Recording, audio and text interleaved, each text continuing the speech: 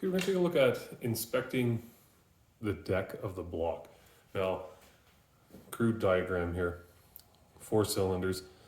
We're going to check how flat it is. And what we're going to actually look for, and we're checking how flat it is, the maximum gap we have anywhere on here by comparing the deck to a true flat spot like this straight edge.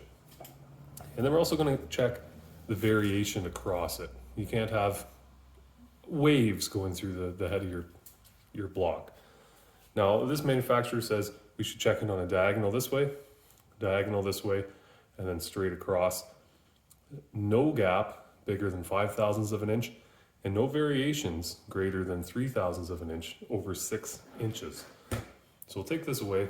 We can see our edge. This is our block deck. Okay, the head's been removed, the deck's been cleaned up, and it's ready for measurement. I have to take our straight edge, and this is made in the USA, pretty good, but needs to be quality straight edge, needs to be either calibrated or inspected. And if you store these, make sure you keep the protective cover on the edge and hang them by the bolt hole. That's important as well. Now, if you suspect any damage done to this here block, or suspect it to be out, instead of going straight to the feeler blades, you can do a pretty crude check as well. You can pull your straight edge cover off, expose that nice machine edge, and if you think there's any significant warping, you can actually use a flashlight.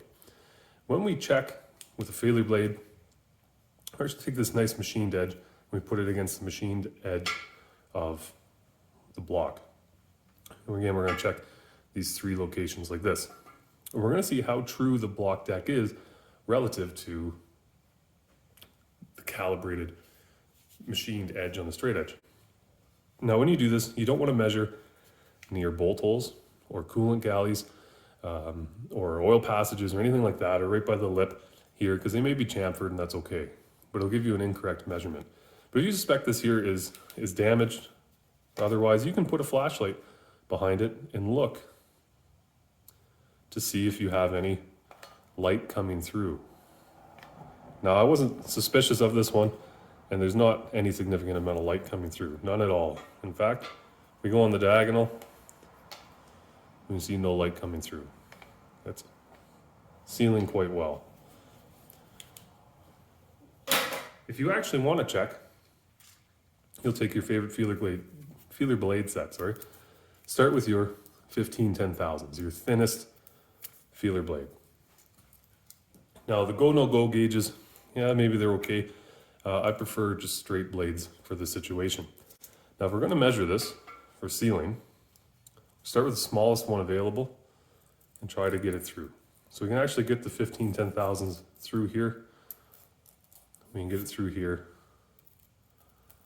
And get it through there, through here, and through here. That's okay, because their manufacturer said the maximum we're allowed to get through is going to be 5/1000ths of an inch. It's a huge spec. Now, we do the same thing diagonally, both ways as well. If we fit this in, then we move up to the next size. So we'll say next size here is our 2/1000ths of an inch feeler blade. Will this fit underneath? And now we're not putting a ton of force down on this straight edge. We're not clamping it in. We're just holding it firm, holding it flush against that. Now, I can't get the 2/1000ths of an inch in here.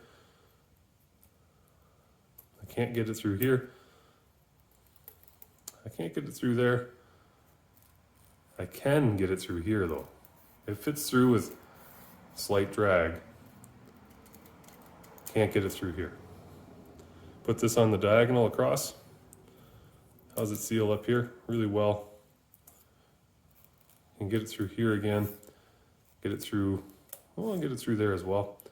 And then on this ceiling down here. And we continue on in that method. We do it again this direction and so forth. Now, where we seen we had the 2/1000ths of an inch come through, we should go up to the next size, 3/1000ths of an inch. So we knew we went through right here with 2/1000ths of an inch. We actually get through with 3/1000ths of an inch. And we knew, I believe, we got through 2/1000ths of an inch right here.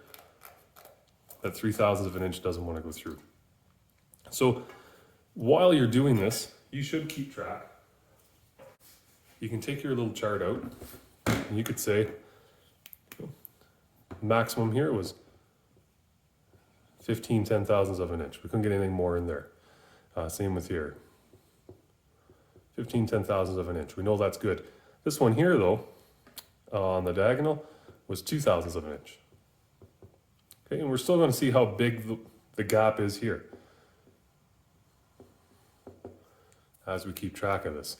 And it's a great way to write it down, maintain your measurements.